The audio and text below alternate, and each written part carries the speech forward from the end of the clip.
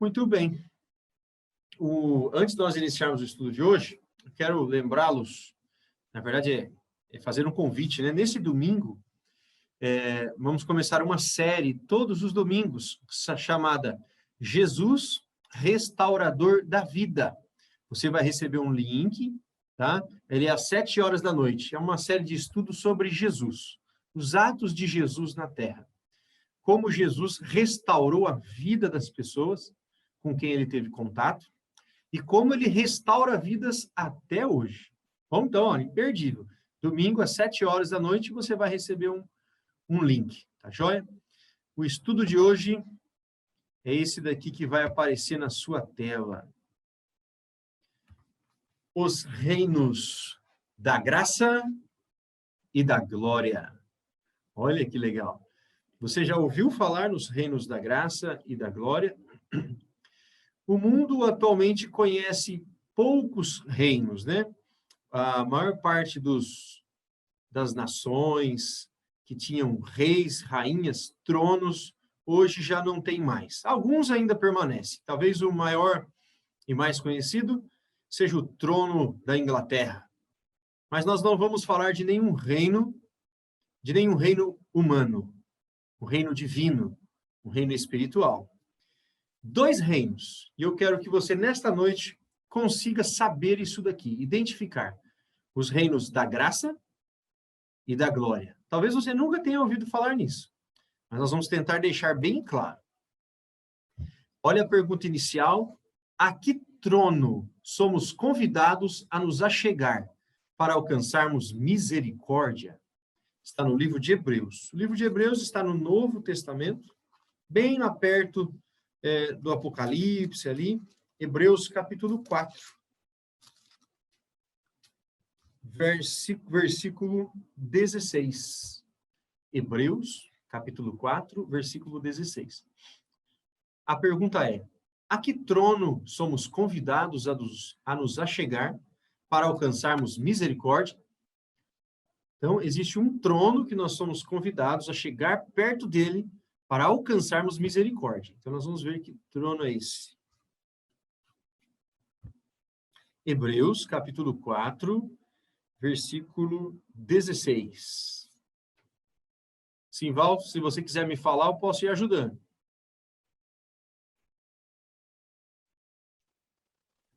Rapaz, eu tô com uma Bíblia nova aqui, mas acho que está mais complicado. Acho que eu vou voltar Você está pra pertinho aí. Pelo que eu estou vendo, você está pertinho. Me fala onde você está. Eu estou em Malaquias. Malaquias é para frente. Para frente eu digo para o lado direito.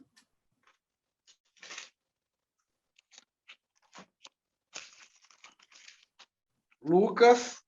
Mais, pode ir mais. Minha mulher já achou na outra lá. Ah, que legal. Fala aí onde você está agora. Eu estou em Atos. Pouco mais, pode ir. Filipos. Pode passar. Tiago. Você passou muito. Deixa eu ver aqui. É um antes do Tiago. Tito. Antes é para o lado esquerdo agora. Você estava em Tiago, é um pouquinho antes de Tiago.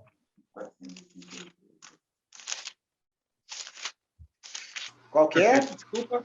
É para o outro lado, Lisandro. 4. Oi? Acho que era para o outro lado, ele estava certo mesmo. Não, agora ele achou. Achou, beleza. Hebreus capítulo 4, versículo 16. Voltei para a atual. Legal, legal. Hebreus capítulo 4, versículo 16. Acho que todos encontraram, né? Eu vou pedir para o Simval. Já achou, Simval? Achei. Pode ir com calma aí. Estamos tranquilos. Simval, lê para nós, já que nós já estamos conversando. Capítulo 4, verso 16.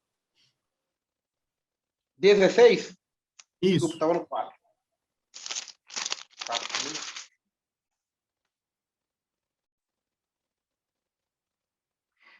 Portanto, aproximemos-nos do trono da graça, com plena confiança, a fim de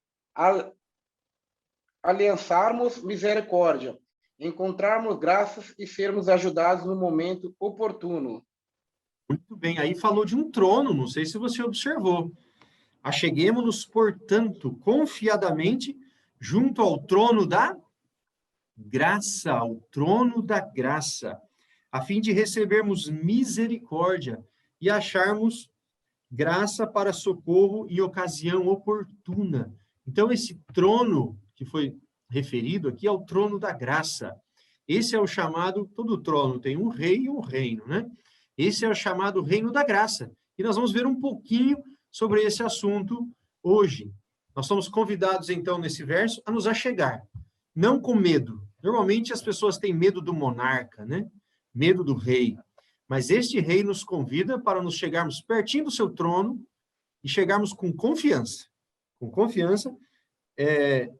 para recebermos misericórdia. Olha que coisa interessante. Vamos lá, deixa eu tentar passar aqui. Agora a Bíblia descreve outro trono. Então, que estava em Mateus 25, 31. Qual outro trono que a Bíblia descreve? Simval, agora é para o lado esquerdo, Mateus. Pertinho, não está muito longe, não. Mateus, capítulo 25, versículo 31.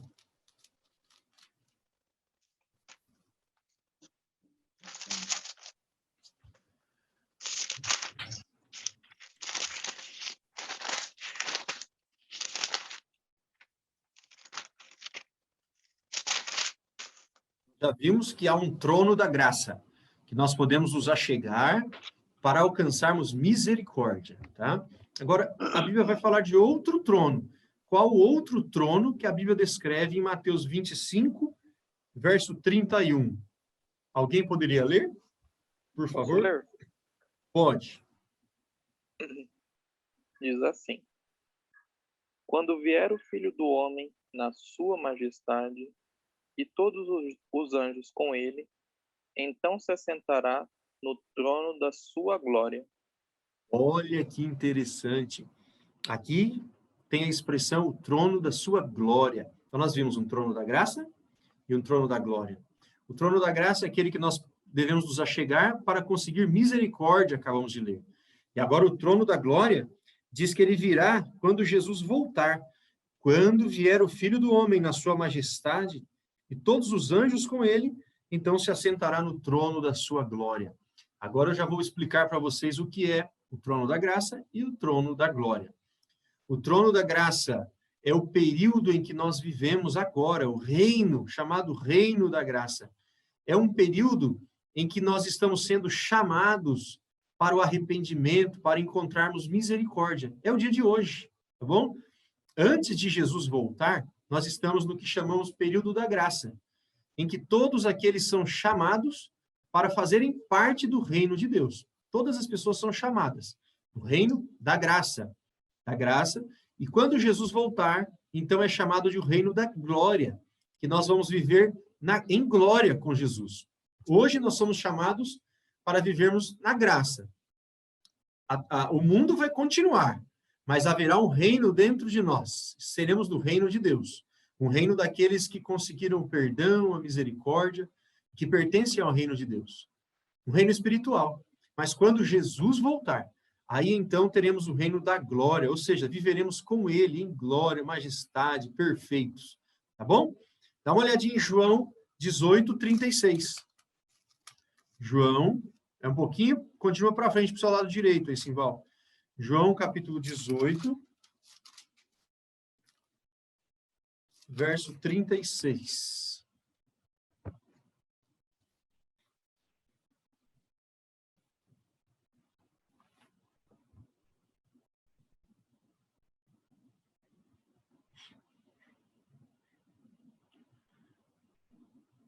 João 18, versículo 36. Quem leu para nós foi o Ocimar. Eu vou pedir para fazer a leitura novamente, Ocimar. João 18, versículo... Deixa eu só ver se todos acharam. Parece que todos acharam. Pode ler, Ocimar. Diz assim: Respondeu Jesus: O meu reino não é deste mundo. Se o meu reino fosse deste mundo, os meus ministros se empenhariam por mim, para que não fosse eu entregue aos judeus. Mas agora o meu reino não é daqui. Muito bem, muito obrigado, Silmar. Aqui Jesus estava sendo interrogado por Pilatos. E ele, então, diz claramente para Pilatos, Pilatos, o meu reino não é esse. Meu reino não é deste mundo. A Bíblia chega a dizer que o príncipe deste mundo é Satanás, sabia? Então, Jesus fala claramente, eu não sou, esse reino não é o meu. Então, o reino da glória de Cristo virá quando ele voltar. Mas nos dias atuais, nós vivemos num período chamado pela Bíblia de reino da graça. Então, olha, reino da graça, o que é? É hoje, enquanto temos a oportunidade da salvação. O dia de hoje é chamado de reino da graça. Tá bom? Nós vimos que quando será fechada a porta da graça, quando termina a oportunidade, ou quando a pessoa morre, né, que aí já está decidido o seu destino, ou um pouco antes da volta de Cristo, quando o destino de todas as pessoas já terão sido decididos, né, que nós vimos no estudo passado. Qual é, então, o reino da glória? O reino da glória terá início com a volta de Cristo, certo? O reino da glória terá início com a volta de Cristo. Muito bem. Por qual meio os homens são salvos do pecado? Dá uma olhadinha nesses versos aqui. Estamos em João, é um pouquinho para o lado direito, Sival. Vai passar João, Atos, Coríntios, Romanos, na verdade, depois Coríntios, Gálatas e Efésios. Efésios capítulo 2, verso 8.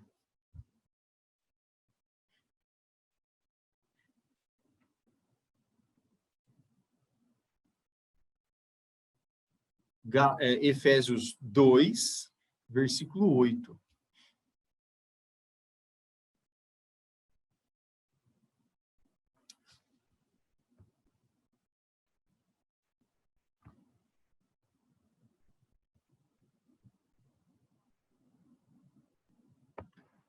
Quiser ver o versinho, ó, Efésios capítulo 2, versículo 8. Orivelto, é antes ou depois de Coríntios?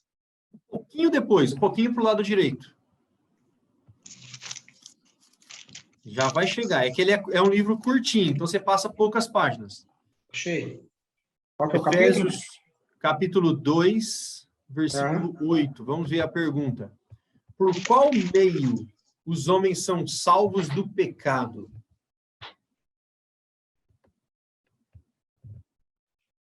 Efésios capítulo 2, versículo 8. Alguém pode ler, por favor? Algum voluntário? Pode ler, Zé? Pode, Márcio. Diz assim: é pela graça que fostes salvos, mediante a fé. E isso não vem de vós, é dom de Deus. Muito bem, esse verso é lindo. Eu vou repetir ele para você ouvir. Pela graça sois salvos, porque pela graça sois salvos, mediante a fé. E isso não vem de vós, é dom de Deus. Somos salvos pelo quê? Pela graça, diz a Bíblia. Por qual meio os homens são salvos do pecado? Pela graça. Você sabe o que quer dizer a expressão graça? A expressão graça quer dizer um dom recebido gratuitamente, um presente. Então, a salvação quando a Bíblia diz que a salvação é pela graça, quer dizer que a salvação é um presente que Deus nos dá. E mais, é um dom imerecido. É um dom, um presente que o homem não merecia, mas Deus entregou para o homem a graça. Então, olha, por qual maneira somos salvos? Porque nós somos bonzinhos? Que nós fizemos o bem? Não. Pela graça sois salvos, mediante a fé. E a Bíblia diz, e isto não vem de vós, é dom de Deus. Márcio, lê versos 9 e 10 agora. Só o verso 9, perdão.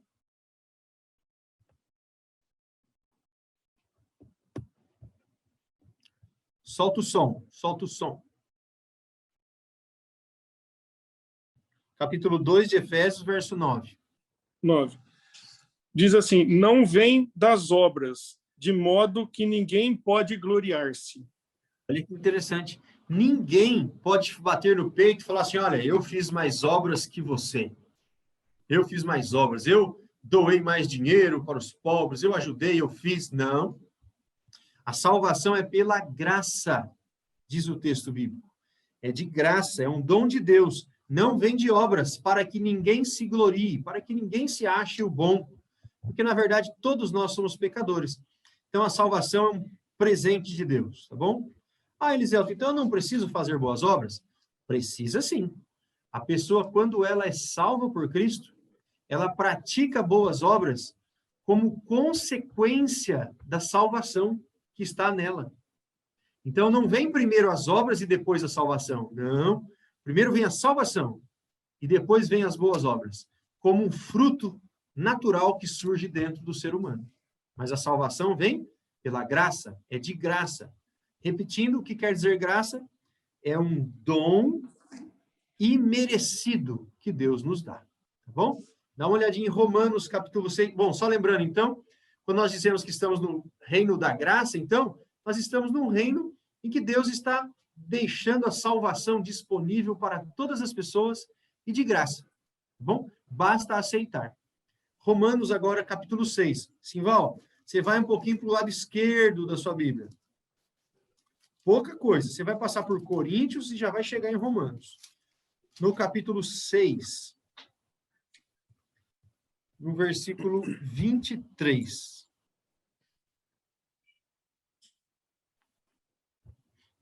Romanos, capítulo 6.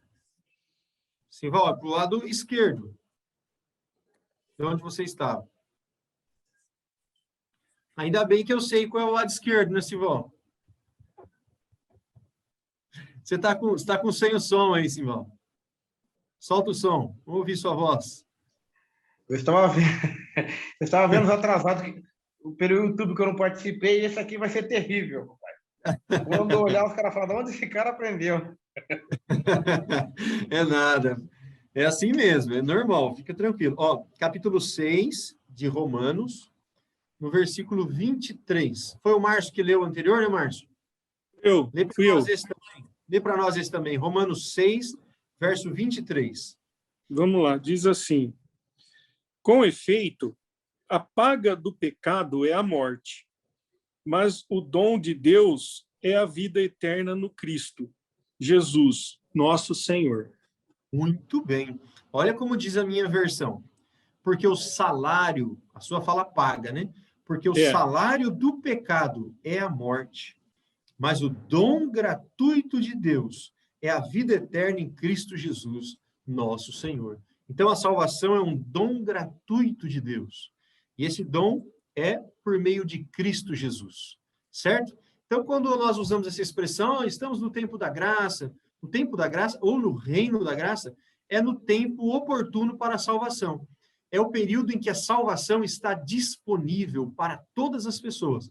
Como nós vamos ver logo mais. Nós vamos ler hoje uma parábola de Jesus. Olha que interessante. A parábola do semeador. O que diz a parábola do semeador? Dá uma olhadinha em Mateus, para o lado esquerdo, Simval, Mateus capítulo 13. Eu falo Simval porque eu te peguei agora, viu, Simval? Mas é para todos, assim, para o lado esquerdo agora. Mateus capítulo 13, versos 1 e seguintes. Evangelho de Mateus, no capítulo 13.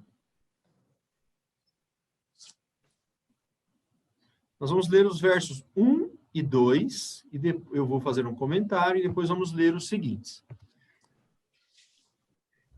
Mateus, capítulo 13. Deixa eu ver se todos localizaram. Tia Rosa já achou?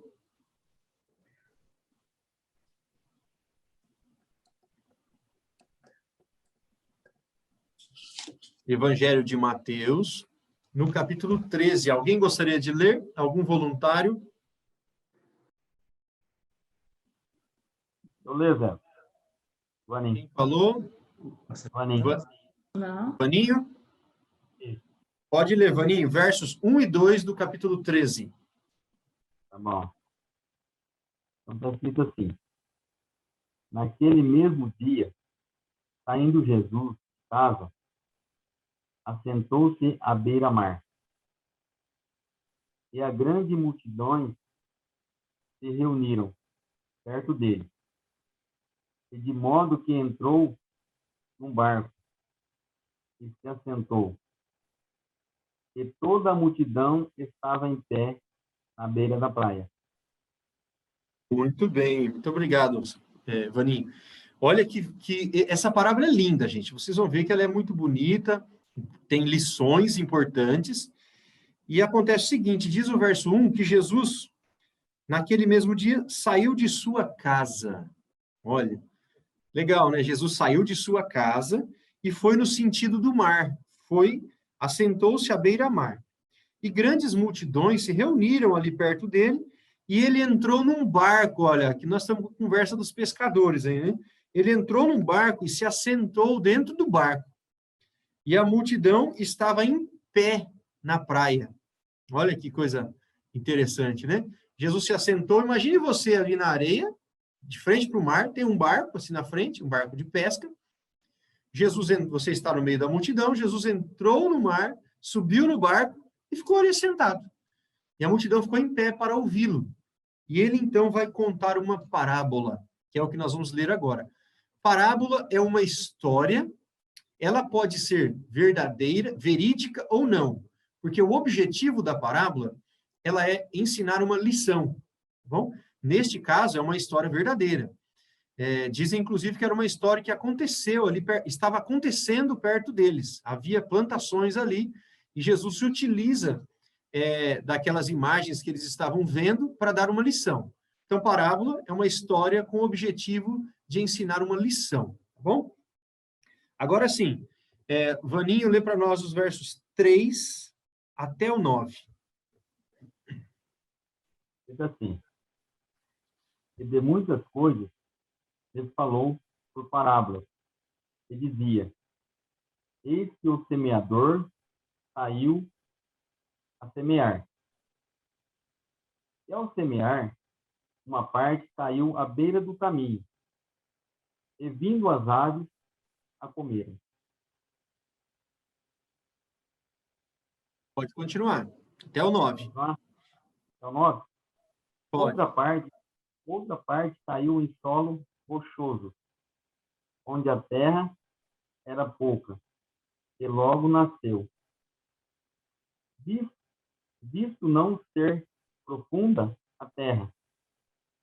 Saindo, porém, o sol a queimou, e porque não tinha raiz, secou-se.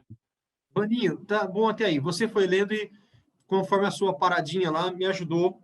Eu acho que fica mais didático como você estava fazendo. Olha só, Jesus estava contando uma história de um semeador. Semeador é aquele que sai para plantar sementes, tá bom? Semear sementes. Então, nós temos na história um semeador, um homem, as sementes e o solo, onde ele vai jogar essas sementes. E começam a acontecer algumas coisas. Não sei se alguém aqui já plantou roça. Tem alguém aqui que já plantou roça? Márcio, minha mãe. Aqui saiu o semeador. Então, você vai imaginando, fica aí imaginando uma área rural, assim, e ele saiu para semear. Acontece que as primeiras sementes caíram na beira do caminho. Veja que não caiu no solo preparado para a semente. Caiu na beira do caminho. Ele nem estava no lugar ainda, também andando, e algumas sementes caíram. O que aconteceu com essas sementes? Vieram aves do céu, diz o verso 4, e comeram essas sementes. Depois, a partir do verso 5, algumas sementes caem num solo, um outro solo, um solo rochoso, né? Onde tinha pouca terra, ele nasceu, mas logo morreu, porque a terra, porque não fez ali raízes, né? Diz aqui onde a terra era pouca e logo nasceu, visto não ser profunda a terra. Nasceu um pouquinho, veio o sol, mas não tinha muita raiz, ele logo queimou e morreu. Então, duas consequências já com a semente. A primeira foi comida pelo passarinho. A segunda, o sol queimou, porque nasceu num terreno de pedras, de rocha. Agora, Vaninho, verso 7. Outra caiu entre os espinhos, e os espinhos cresceram e a sufocaram. Muito bem. Olha onde caiu a outra? No meio dos espinhos. Gente, eu consigo até imaginar aquela multidão ouvindo com atenção, assim, que havia só a voz de Jesus e a voz das ondas. E a multidão em silêncio, ele contando. Era uma sociedade rural, e ele contando uma história que era algo comum para eles, né? Então, diz que a terceira semente caiu entre os espinhos, né? E ela até começou a crescer, mas os espinhos a sufocaram. Também não vingou. Agora, versos 8 e 9, Vaninho. Outra, enfim, caiu em boa terra e deu fruto. A 100, a 60 e a 30 por um. Quem tem ouvidos para ouvir, ouça, né? Que está no 9. É isso daí. A outra terra, a outra semente, agora sim. A gente já estava até preocupado, né? A semente, esse semeador não ia conseguir plantar nada desse jeito. Cai uma semente aqui, outra ali, nada. Mas caiu uma semente, algumas sementes em terra boa.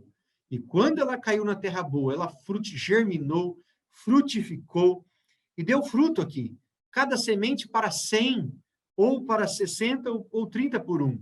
Cada grãozinho produziu um monte, não é? Muito bem. Imagine só, como eu disse, você no meio da multidão, como você entenderia esta parábola? Vamos recapitular rapidamente? A história, deixa eu só ajeitar meu slide aqui. A parábola do semeador. O que será que Jesus quis dizer com esta parábola? Então, nós temos alguns personagens. O semeador, a semente, temos o solo, são personagens importantes, e aí temos alguns que aparecem na história, as aves, as rochas, os espinhos, tudo para atrapalhar a semente de crescer. Deixa eu ver vocês. Quem nunca havia lido esta parábola? Levanta a mão assim. Olha, que legal, muito bom. É bom saber que vocês não ouviram, né? Porque vai ser novidade, né? Mas vamos lá. Vamos para o significado. Qual, então, o significado desta parábola? Mateus capítulo 13, versos 18 ao 23 agora.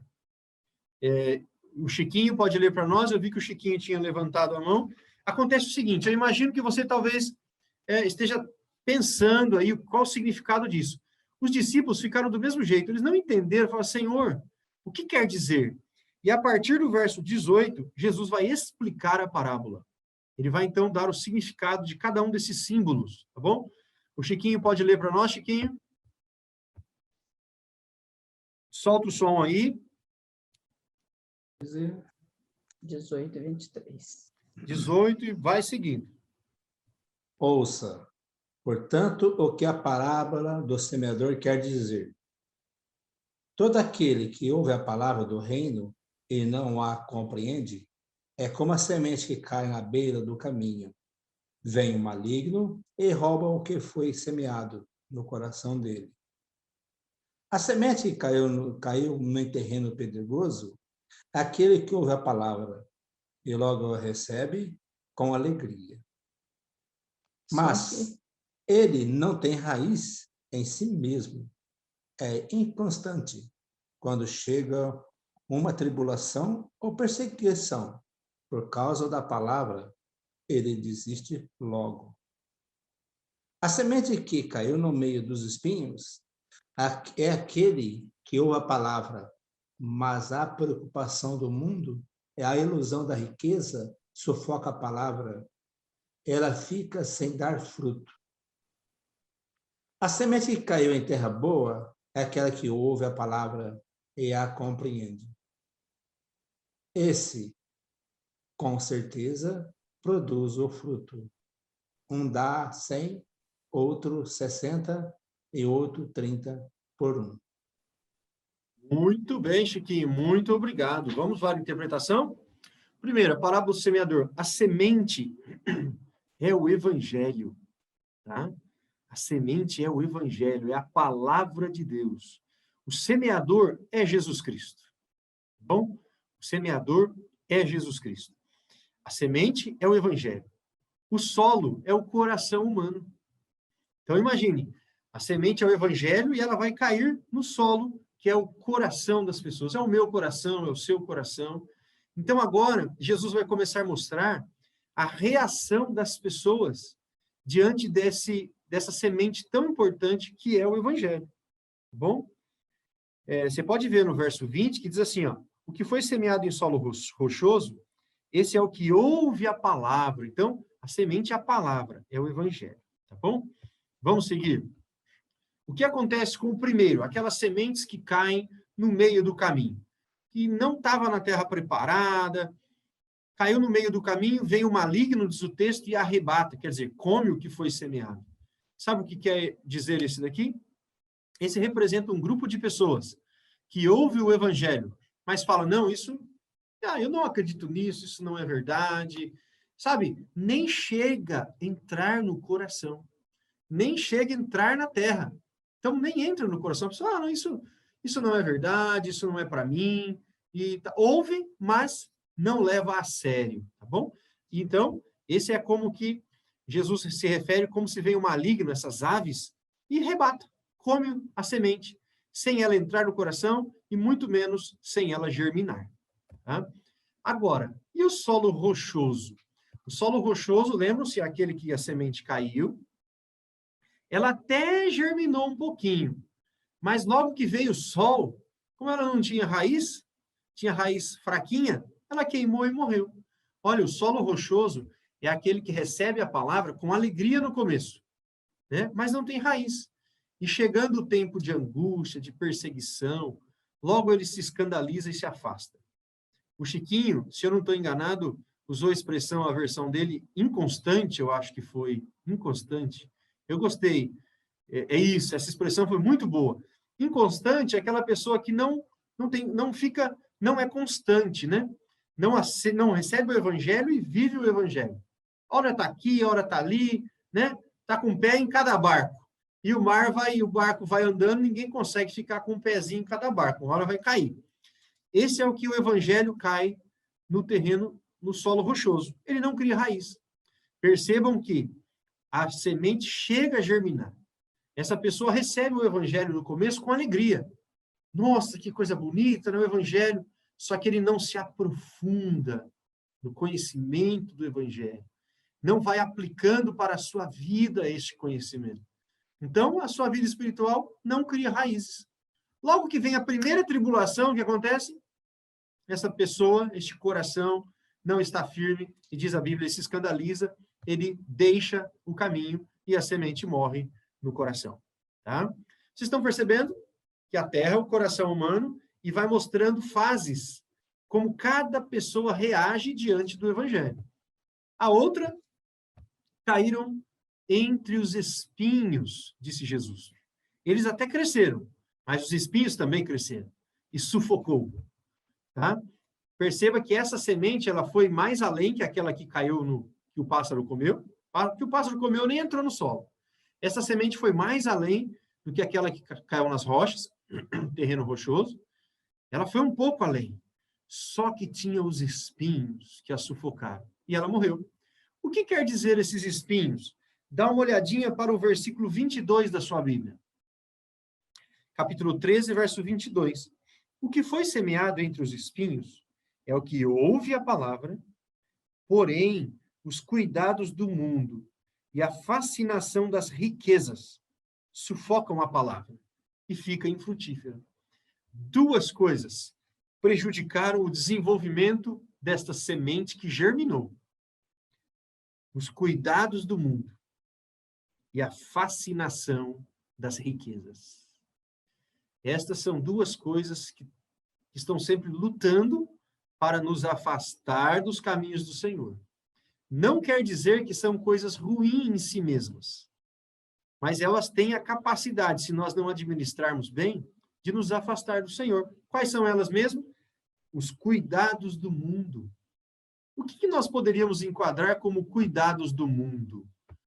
Alguém poderia me ajudar? O que você acha que seria os cuidados do mundo? Os cuidados do mundo. Que atrapalha o evangelho no coração da pessoa. As pessoas que pensam só no trabalho, ficam soberbos pelo dinheiro, né? O Deus é Mamon, diversão, passeios, ostentações. Eu creio que seja isso, né? Eles ficam perdidos aí na ilusão do mundo e acabam perdendo a salvação. Exatamente. Observe que são dois itens. Os cuidados do mundo e a fascinação das riquezas. Alguém tem alguma outra ideia do que seriam os cuidados do mundo? Eliseu. Oi, Vaninho. Eliseu. Porque tem pessoas que acham que, às vezes, porque ela está seguindo a Deus, está no caminho de Deus, ela está perdendo, fala assim, estou perdendo muita coisa, né? Depois que eu fui para a igreja, eu perdi muita coisa, deixei de fazer muita coisa, né? Mas é pelo contrário. Ela começa a ganhar as coisas. Não está perdendo, ela está ganhando quando ela segue realmente a Deus. Né? Verdade. Muito bem falado, Vaninho. Então, é isso mesmo. É o que o Vaninho... Você ia falar mais alguma coisa, Vaninho? Eu te cortei? Não, só isso. É isso daí. É o que a Regina falou, Vaninho. Os cuidados do mundo são as coisas que não são ruins em si mesmas. São coisas necessárias para a nossa vida. O trabalho, sabe, a correria do dia a dia, os projetos. Só que essas coisas agem muitas vezes como um espinho que sufoca o evangelho no coração da gente. Então nós temos que administrar o nosso tempo de tal maneira que tenhamos tempo para cuidar das coisas espirituais. Viu? Se você passar o dia inteiro correndo para lá e para cá, e não tiver um tempinho para ajoelhar durante o dia, para abrir a Bíblia, os cuidados do mundo vão te sufocar. E a sementinha do evangelho que está plantada no coração, que talvez já até começou a germinar, ela não vai crescer e dar frutos. Ela vai morrer por causa dos cuidados do mundo. Lembra-se do estudo nosso da oração? Todos os personagens da Bíblia que tiveram sucesso espiritual, que foram amigos de Deus, né? Pessoas assim que a gente admira, oravam pelo menos 3 vezes no dia. De manhã, oração ali, com calma. Oravam no meio do dia, oravam à noite. Esse contato diário com Deus, ele te mantém animado espiritualmente, sabe? E não deixa os cuidados do mundo te sufocar. Então, muito cuidado, você que está estudando a Bíblia. Eu também tenho que ter esse cuidado para os cuidados do mundo, a correria, não sufocar a minha vida espiritual. Entenderam? Agora, o próximo é assim, a fascinação das riquezas. Também é um espinho que sufoca a semente. O que quer dizer isso?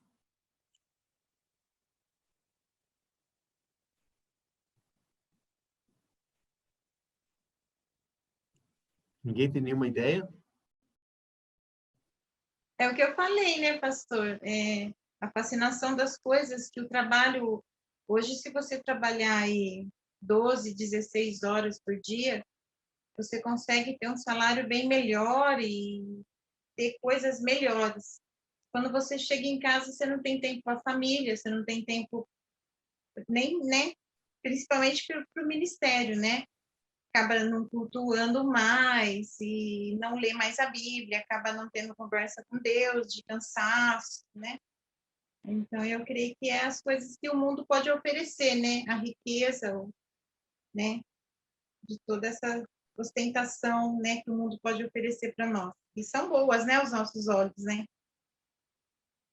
Fala que a fascinação das riquezas sufoca a semente do evangelho também. Pergunto para vocês, o cristão pode, então o cristão não pode ser rico? O que você acha? Ele pode ser rico, sim, viu, Miguel? Ele não pode ser escravo né? Escravo do dinheiro, escravo do trabalho, escravo de tudo.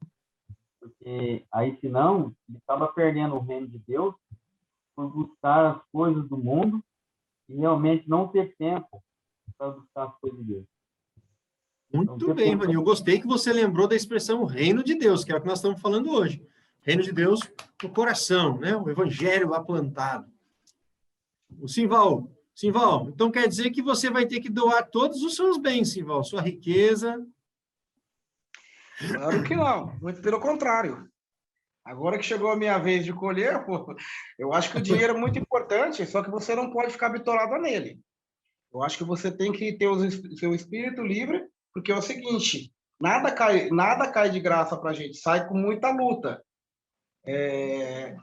Então, só cabe a você a não ser egoísta, a não deixar sufocar, porque tudo que é bom entre, por exemplo, mulheres, carros bons, dinheiro, etc., isso sufoca. Se você não souber administrar isso, você sufoca, não só na vida, como no pessoal. Então, eu acho que você tem que ter um espírito livre para saber o que é ruim e o que é bom. Muito bem, Simval, exatamente. Então, José, não... Oi, Márcio, pode falar, meu amigo. Tem gente que, às vezes, faz do dinheiro seu Deus, entendeu? Dá muito mais valor nas coisas materiais do que nas coisas divinas, entendeu? Não para ver o próximo, quem está precisando de alguma coisa, segura a riqueza para ele, não divide aquilo, tá? Então, ele é ganancioso, ele destrói a natureza, acaba com a casa do povo, entendeu? Destrói a terra em todos os sentidos, só para ter mais e mais. Muito bem, Márcio, exatamente. Então, nós percebemos, gente, que o problema não está... Ou minha mãe levantou o dedinho? Ô, Zeto, mas quando fala riqueza, tem o pobre rico e tem o rico pobre.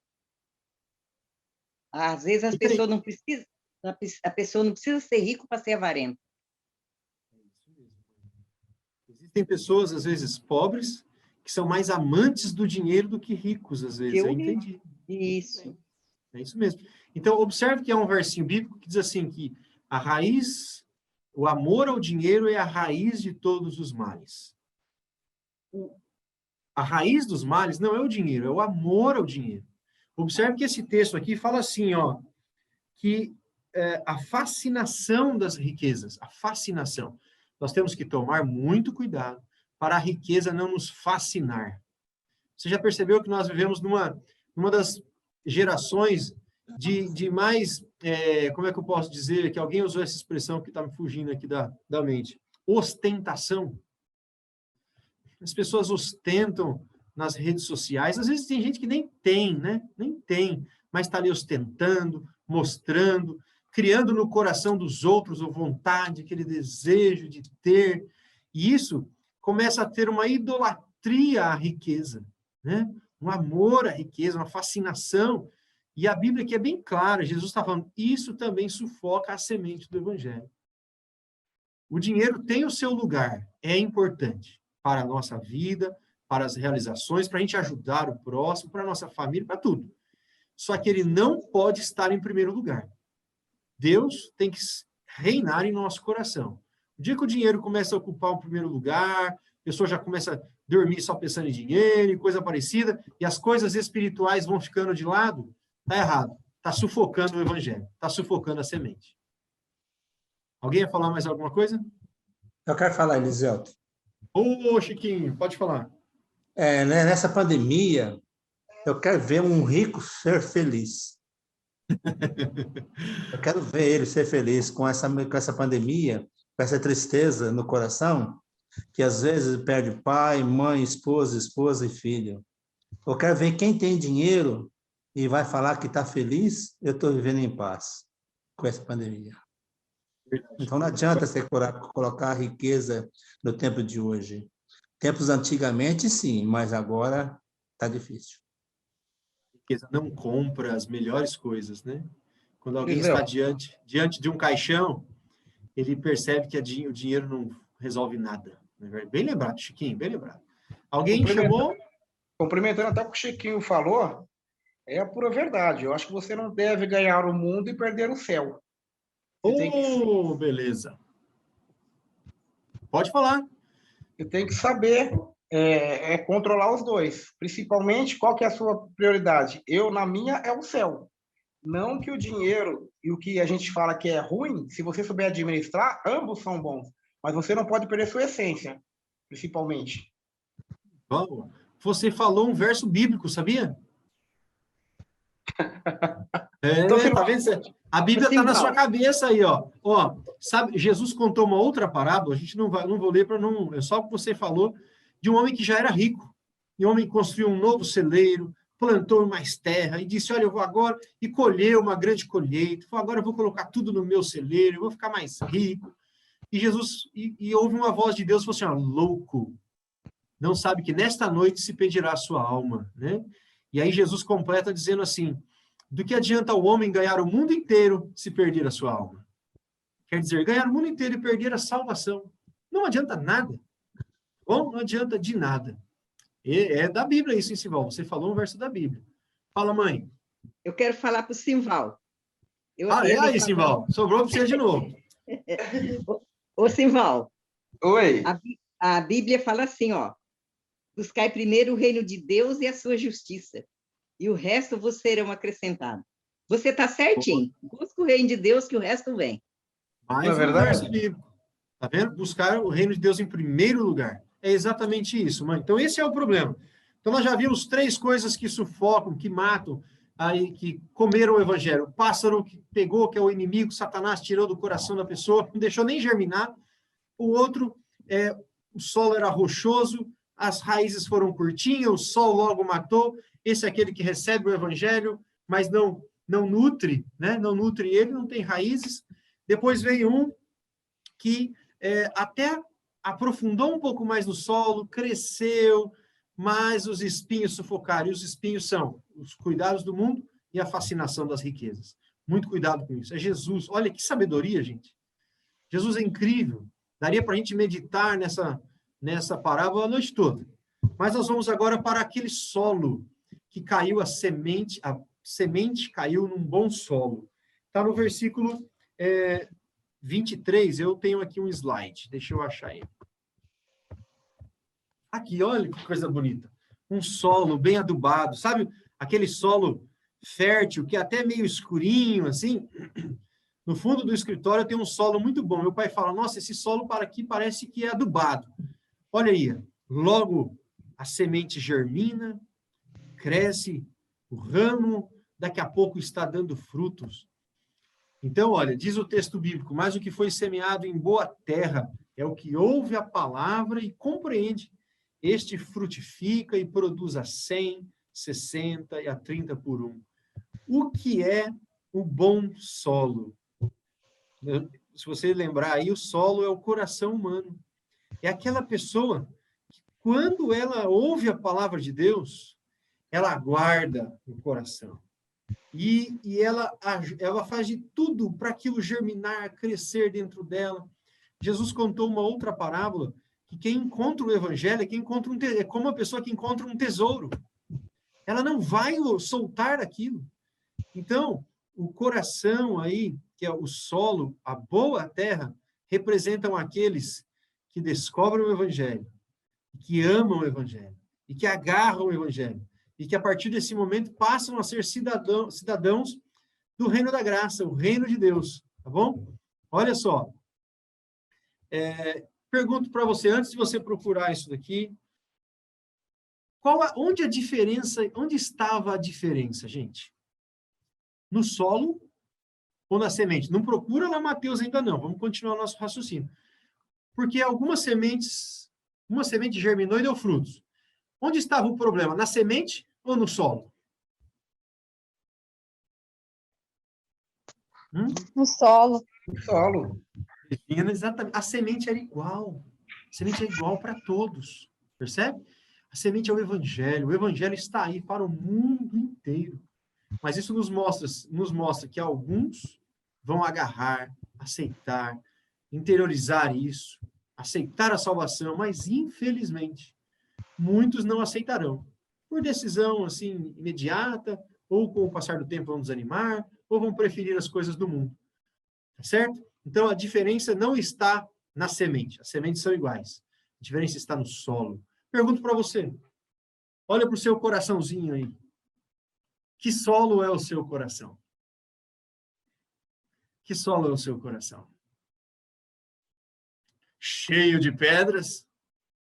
Onde o evangelho não vai fazer raízes?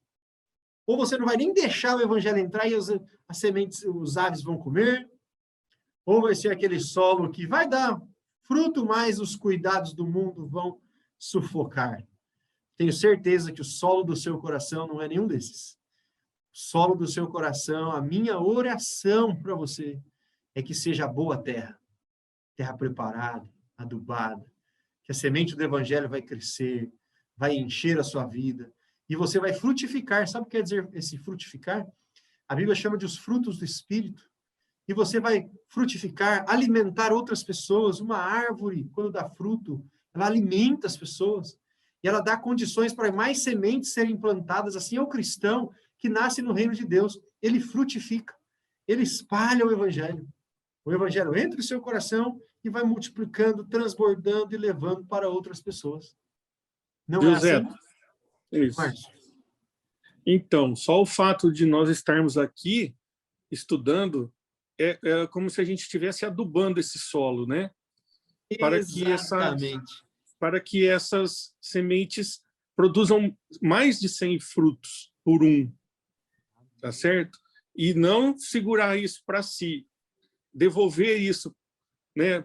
Evangelizando as outras pessoas no trabalho, nos ambientes que a gente frequenta, no clube, na reunião de amigos e em todos os lugares, na oficina, no escritório, e distribuindo essa semente e fazendo com que o coração dessas pessoas também se torne terra boa. Para que as coisas você falou tudo. Você falou tudo, meu amigo. Muito obrigado pelas palavras. Exatamente isso. Vamos lá agora mais essa pergunta aqui. E já estamos quase terminando. Faltam 2 versinhos. Agora, em qual trono Jesus se assentará na sua vinda? Nós já vimos, mas para a gente terminar, Mateus 25, verso 31.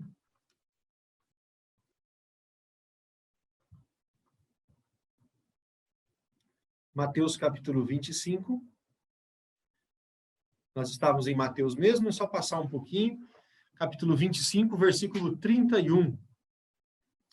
Eu vou fazer a leitura. Diz assim: quando vier o Filho do Homem na sua majestade, e todos os anjos com ele, então se assentará no trono da sua glória. Olha, quando Jesus voltar, é que é estabelecido o chamado reino da glória, que o trono da glória de Deus. E a próxima perguntinha aqui, e última: o que Jesus dirá para os remidos? Os remidos são salvos, tá? Aqueles que aceitaram a salvação. Está no próprio livro de Mateus, capítulo 25, capítulo que estamos, no verso 34, está escrito assim: então, o rei dirá ao rei aos que estiverem à sua direita: vinde benditos de meu Pai, entrai na possessão do quê? Na posse do reino que vos está preparado desde a fundação do mundo. Jesus vai dizer para mim e para você: vinde benditos de meu Pai, entrai na posse do reino que vos está preparado. Vejam só, antes de ser cidadão do reino da glória, que virá com a volta de Jesus, nós temos que ser hoje cidadãos do reino da graça. Temos que hoje nos achegar diante do trono da graça para achar misericórdia. Lembra o nosso primeiro versinho? O trono da graça. Então, você quer ser um cidadão do reino da graça? Sim, aquele joia, sim, faz aquele joia para mim. Amém. Porque antes de estarmos no reino da glória, temos que estar no reino da graça, tá bom? Em breve, Jesus voltará, gente. Os sinais estão aí para quem quiser ver. Quem está lendo a Bíblia como nós, quem está vendo, sabe que Jesus vai voltar nas nuvens dos céus. Eu estou muito feliz, porque eu tenho aqui amigos estudando a Bíblia. Tá bom? Estou muito feliz mesmo, porque a semente do Evangelho está entrando no coração. Eu posso ver até nos olhos de vocês que a semente está brotando, germinando e, quem sabe, já até dando frutos. Tá bom? Que Deus te abençoe. E nós terminamos mais um estudo. Ficou alguma dúvida do estudo de hoje? Não? Alguém tem alguma pergunta que gostaria de fazer, algum comentário? Hoje eu estou feliz porque a dona Marina está aí de volta, faltou em alguns estudos e está aí. Né, Marina? Alguma pergunta, gente, ou algum comentário? Alguém queria fazer? Já pode falar. Zé, Oi, Chiquinho. Eu queria um entendimento muito fora do que nós estamos vendo hoje, mas eu quero fazer essa pergunta para você. A oração da madrugada, o que você diz? Tanto pode ser antes de dormir, e a hora que você levanta 2, 3 horas da madrugada e ora. Tem algum efeito mais? Maior efeito. Jesus, em algumas ocasiões, ele chegou a passar a noite inteira em oração. Tá bom? A noite inteira. E a oração da manhã, ela é muito produtiva. Você orar, levantar talvez um pouquinho mais cedo do que o seu costume para orar, é muito produtivo, porque é um momento de silêncio total, né? Um momento que nada vai te atrapalhar, e é um momento que você está tirando as primeiras horas, primeiros momentos do dia para ficar com Deus. Então, isso é muito produtivo. Faz bem sim, viu? Se você tem essa prática, pode continuar. Não tem. Joia, respondido? Eu Obrigado. acho que ele quis dizer, eu não sei qual que é assim, se ele já é cristão, né? No caso, o evangélico, como crente, né? Porque eu também creio que crente é o que crê, evangélico é que evangeliza, né? Mas intitularam, né, as nossas placas como nós somos crentes, né? Mas eu acho que ele quis dizer assim, que tem muitas pessoas que pregam, né, não ministram, que orar na madrugada tem um efeito maior. Se fosse assim, então, o Japão estava perdido, né? Porque quando é madrugada aqui, lá né, outro horário. Então, eu creio assim, que para nós, foi que nem você explicou, é bem mais viável porque há silêncio. O cachorro não está latindo, a porta não vai bater, ninguém vai te incomodar.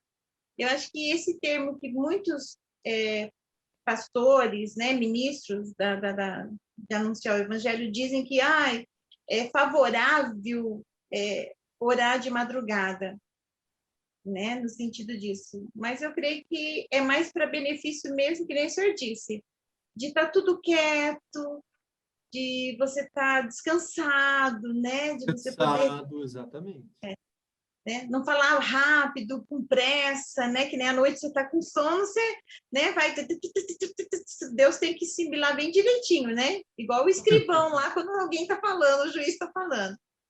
Mas tem muito isso mesmo que ele falou.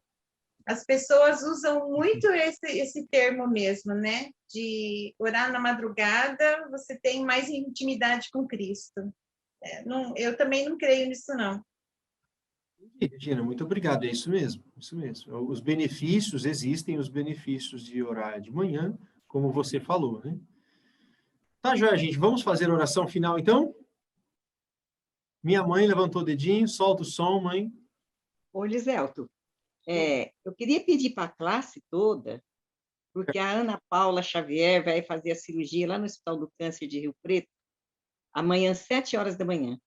Quem lembrasse disso, lá para umas 6:30 da manhã, o Chiquinho, Araci, que eu sei que eles gostam de orar de manhã, que orasse pela Paula, para que corra tudo bem na cirurgia dela.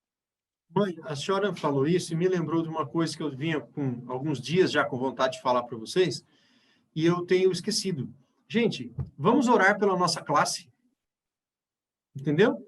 Vamos orar uns pelos outros, isso faz bem, olha, eu orar pelo Simval, o Simval orar por mim, e assim, orar pela classe. Se você não lembra, os nomes que você lembrar, o Márcio, o Marcos, o Tonhão, né, as mulheres, você vai lembrar, vai falando. Os que você não lembrar mais, quando acabar tudo que você lembrou, você fala, Senhor, abençoa a classe, todas as pessoas. Porque cada um de nós tem as suas lutas, não é? Cada um tem os seus desafios, cada um está num momento diferente e a gente precisa da oração uns dos outros. Combinado? E principalmente para você, porque você você aqui está puxando a turma. Então, para Deus dar entendimento, sabedoria, para que você possa explicar com exatidão, que Deus passe para você, para que você passe para nós, da maneira que Deus quer. Você ganhou de graça você servirá. Exatamente. Nós precisamos de você, então, através de você, Deus está falando com toda a classe. Amém, que bom, que bom. Vamos terminar? Então, combinamos isso, hein? Durante os seus dias aí, manhã, de tarde, de noite, se estiver orando, lembra da nossa classe. Vamos orar? Então. Senhor Deus, nosso Pai amado, acabamos de falar um pouquinho, Senhor, sobre os reinos da graça e da glória. Estudamos, bom Deus, a parábola do semeador. Essa parábola tão interessante contada pelo nosso Senhor Jesus Cristo. Nós queremos, bom Pai, que o nosso coração seja uma terra fértil para a semente do Evangelho. Que o Evangelho possa brotar em nós e produzir frutos. Por favor, Senhor, abençoe esta classe, cada pessoa aqui presente, também aqueles que não puderam vir, que fiquemos sempre firmes nos teus caminhos, que a nossa vida espiritual possa criar raízes na tua palavra. É o que pedimos, bom Deus, em nome de Jesus. Amém.